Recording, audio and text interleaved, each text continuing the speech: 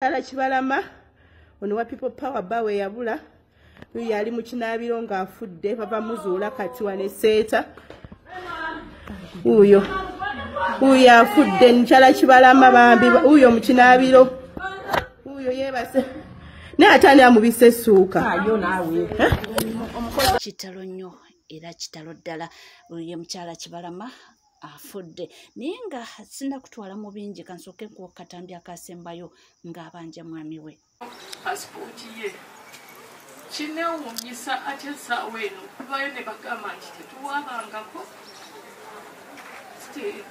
tetulina bye twalaga biraga nti abantu baffe baabuzibwawo nawaayo referensi zonna nagenda mu bifo ebyenjawulo nga ngenda mpaaba okubuzibwawo kw'omwami wange nagenda ku CMINA na reportinga ku poliisi we twasanga emmotoka nagenda ku CPS nagenda ekibuli kati kineewuunyisa era kinkwasa ennaku okulaba nti bagamba tetuyina bukakafu bwonna era tetuyina gye twawaaba nti abantu baffe baabuzibwawo nekinyiiza nze kennyini akatambi ke najja ku TV nga keerikodingi okuŋŋamba nti bo tebasobola kalaba teriyo mu nsi muno atalaba akatambi ka Mwami Kibalama John Bosco nga Prime Minister akutegeeza nti amulina era okuva olwo nafuna essuubi era paka kati nze nkyabanja Mwami Kibalama era okuva ku Mukyala Nabbanja kimanyi nti Mwami Kibalama gyali era akyali mulamu era asigala mu banja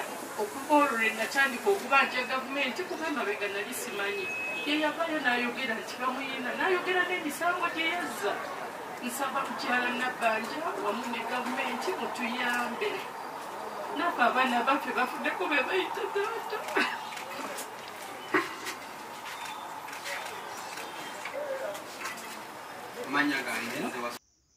era nga kigambibwa nti asangiddwa mu kinaabiro nga mwafiiridde tetumanyi oba kivudde ku ki oba kiki oba kiki naye nga mujjukire nti omukyala ono yavaayo era akatambi k'enkola zaawo ng'oluvannyuma ate lwa the right honorable Prime Minister Robinah Nabbanja okuvaayo n'akakasa nti John Bosco Kibalama be bamwina yavaayo mukyalo ono n'agamba nti kale bamumpe kubanga nze ntambudde buli wamu nga tubadde twamunoonya nga yabula emyaka kaakati 6 John Bosco Kibalama yabula ennaku z'omwezi zaali 3 omwezi ogw'omukaaga 2019 paka olunaku olwaleero mukyala we watuukidde kubanga ava mu bulamu bw'ensi eno ng'anoonya mwami we naye nga tamanyi mayitireke era agenza okufa omukyala ono nga akulembeza Honorable Robinah Nabbanja eyavaayo n'akakasa mu lujjudde lw'abantu nti John Bosco Kibalama be bamwina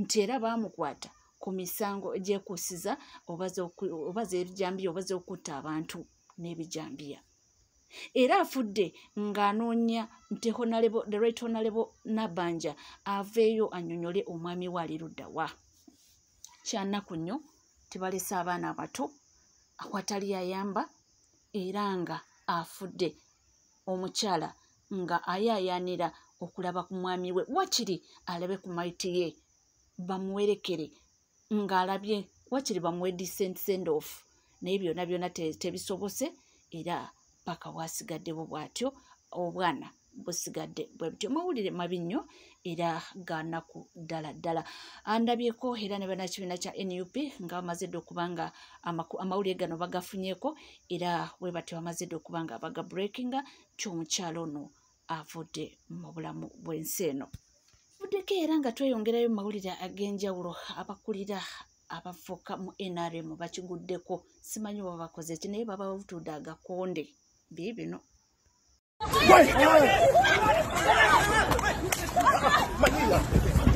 nga tuvuddeko era nga tweyongerayo mawulire ag'enjawulo bo bafoot soldiers beezuubye ne poliisi nga bulijjo bo kasita oba ng'oyagala balemesa omuntu waabwe njogera ku pulezidenti waabwe okubanga ate yeeyongerayo abo nabo bakugamba nti naffe tetujja kubanga tukwanguyizaamu era dduka yabadde wano katono nnyo era bamaze ne bamala nga beeyongerayo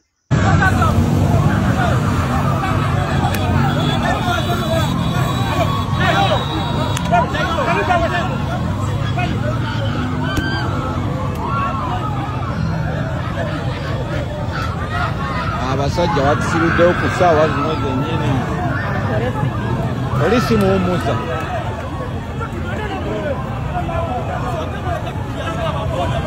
oyo muwummuza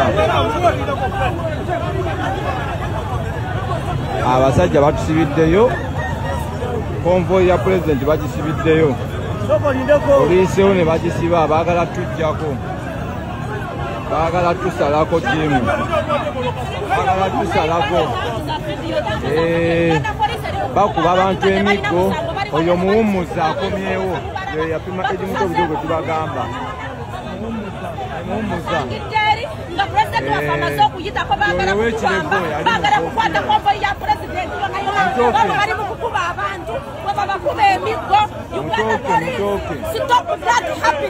lwaki musalako konvoyi balabe tubalemezaamu kamera ne bata omukulembeze omulungi alinda kubajasibe kati katugende twendereye tugenda butambala na gomba kirina okuggwa kabasazeko bonna muwummuza be bali mu missoni eyo okuweereza amanya n'eddoboozi batoke awo basaliddeko abantu bonna babasaliddeko awo laba muwummuza yali mu komandi awo muwummuza mwenna mumumanyi awo babasaliddeko era tugendeko mu kampeni za NRM yo kibadde kitya esaidi z'Soroti munnange ekintu kiganye era kyabuliramu ddala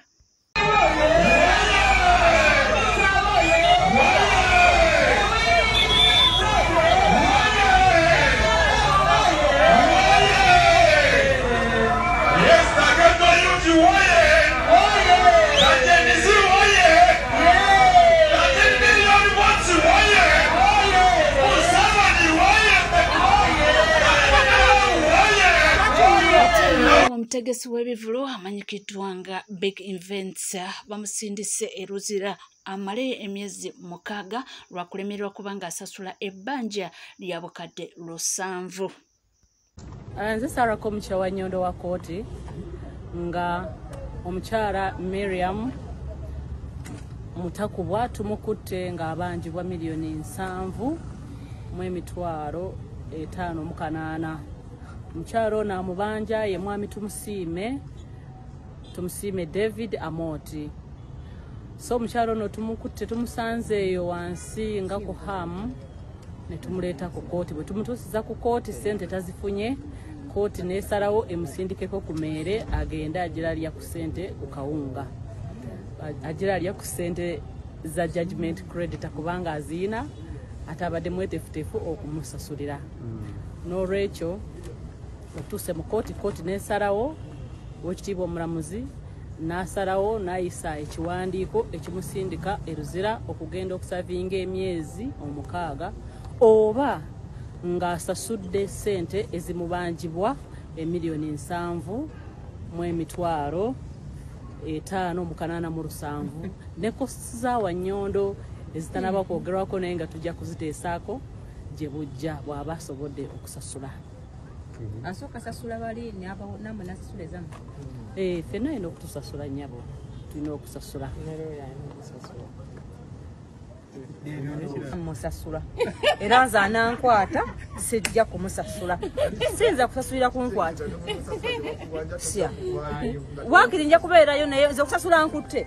Mbeerayo emyezi 6. Nze sijja kumusasula. Naye nga yetuvuddeyo tuli mu mbeera nzibu ddala.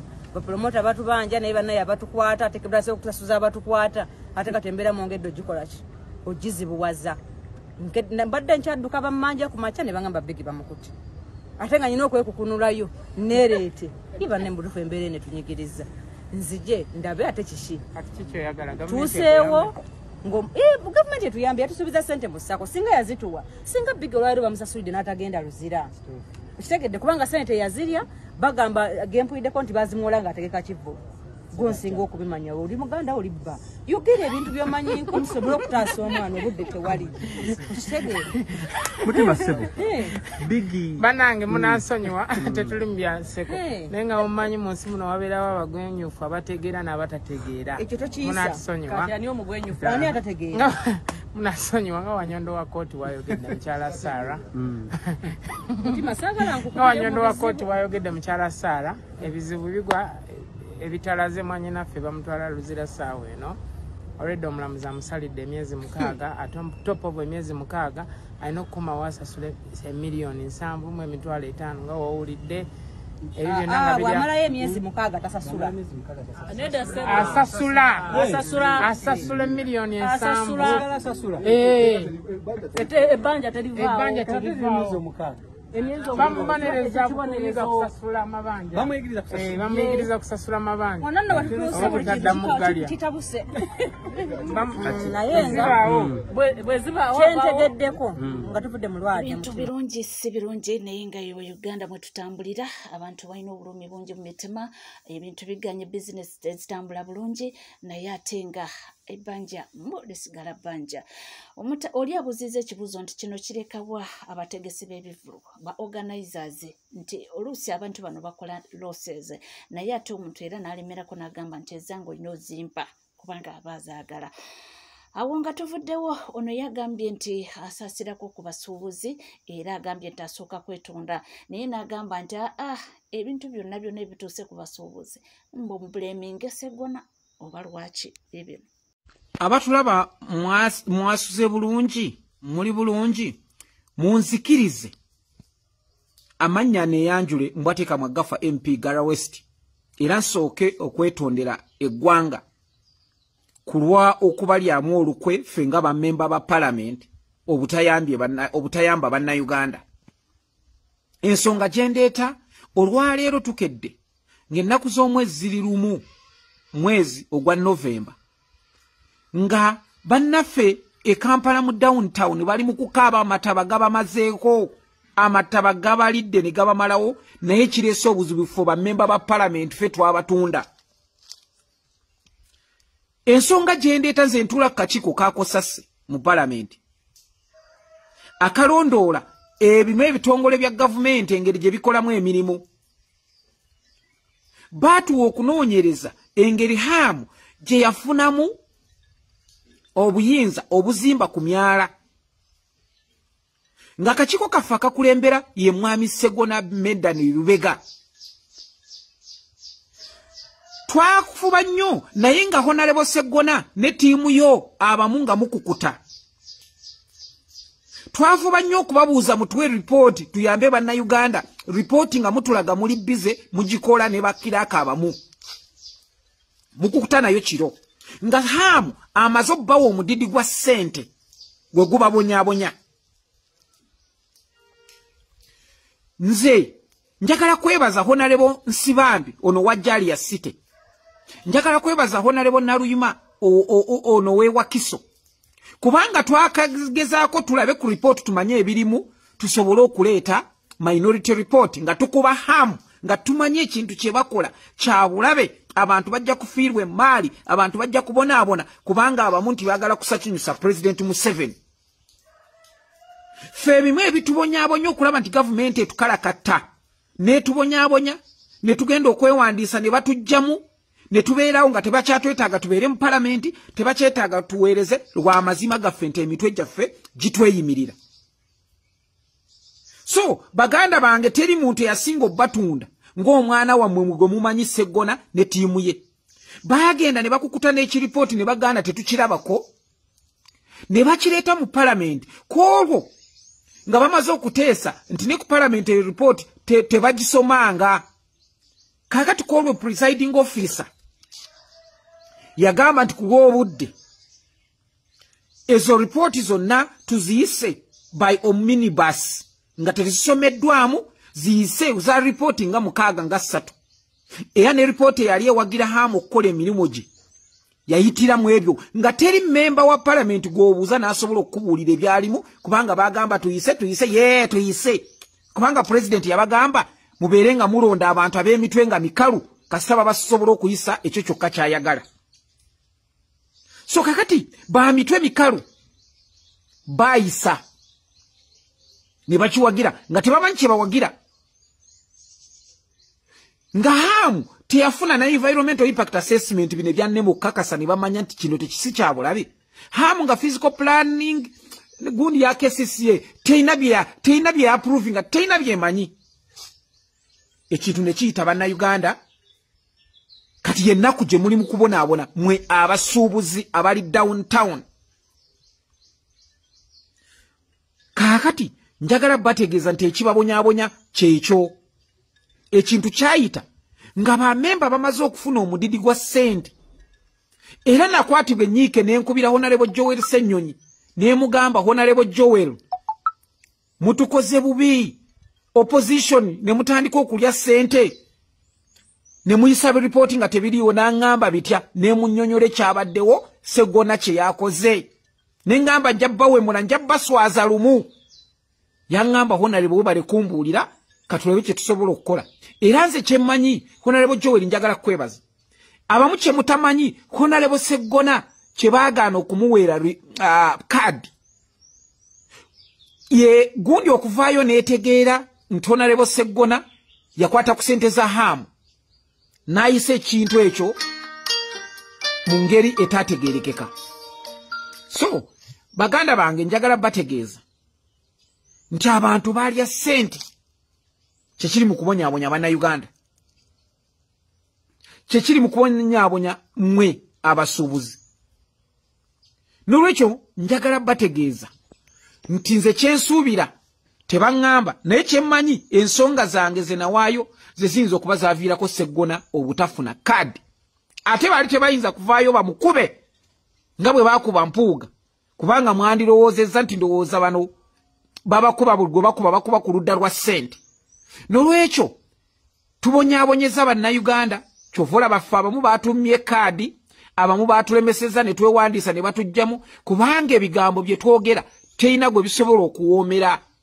Nsaba akantu kano mukabiweetinge mukatagingeko gali amata bagenda bye simanyi bikola katambule. Tutekeyo nga tweyongerayo mu mawulire ag'enjawulo. Amyuka omwogezi wa poliisi mu ggwanga omukulu Luke Oyesigire avuddeyo n'atutegeeza biki bye baasanga mu nnyumba ya Brian White.